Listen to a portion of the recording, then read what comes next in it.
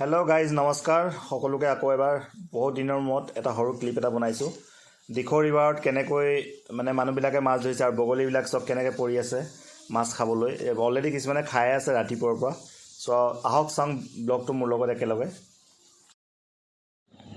Dikhow river এয়া চব ইয়াত ক'ৰবাত পাহাৰৰ কাষ্টনৰ পানী আহিছে নে কি পানী আহিছে নাজানো আৰু তাৰ কাৰণে গোটেই মাছ ওলাইছে সকলোৱে মাছ ধৰিছে ৰাতিপুৱাৰ পৰা ধৰি আছে কিন্তু দৃশ্যটো এতিয়া মই দেখাইছোঁ ৰাতিপুৱা বেছিকৈ আহিছিলে ইয়াত মানুহ বহুত আছিলে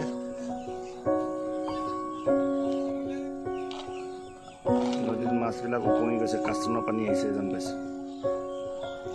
ভিডিঅ'টো বহুত দূৰলৈকে কেটচ কৰিবলগীয়া হৈছে যিহেতু মই মোবাইলতে বনাইছোঁ আৰু আপোনাৰ চব দেখা পাইছে কিনাৰে কিনাৰে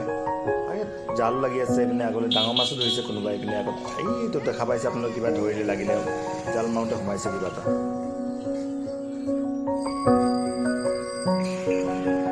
এয়া চব দুগৰাকী বাইদেউ আৰু এটা ভাইটি আছে এই খৰাহি দি ধৰিছে সিহঁতে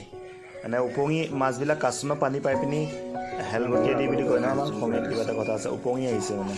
আৰু এইপিনে খেৰলি জাল মাৰি চাইছে ডাঙৰ মাছৰ কাৰণে ৰৈ আছে অপেক্ষা কৰি আছে বহুতে ধৰিলে কয়লা পানী আহিছে ন